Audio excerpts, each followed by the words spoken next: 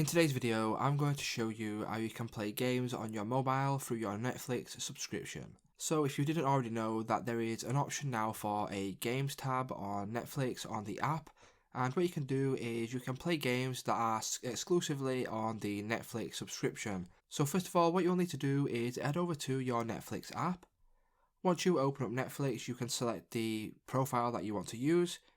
Once you have done that, as you can see on the bottom bar right at the bottom, there is an option now for games. If you click on that, what that will do is it will bring you over to the games section on your Netflix app, and here is where you can choose the game that you want to play. So for example, if you scroll down, you can see all of the available games, and if I want to just go ahead and play this one here on the left hand side, Asphalt Extreme, click on the game and then you can click on Get Game. Once you click on Get Game, it will redirect you over to the Play Store, and then you can click on Install in order to play this game.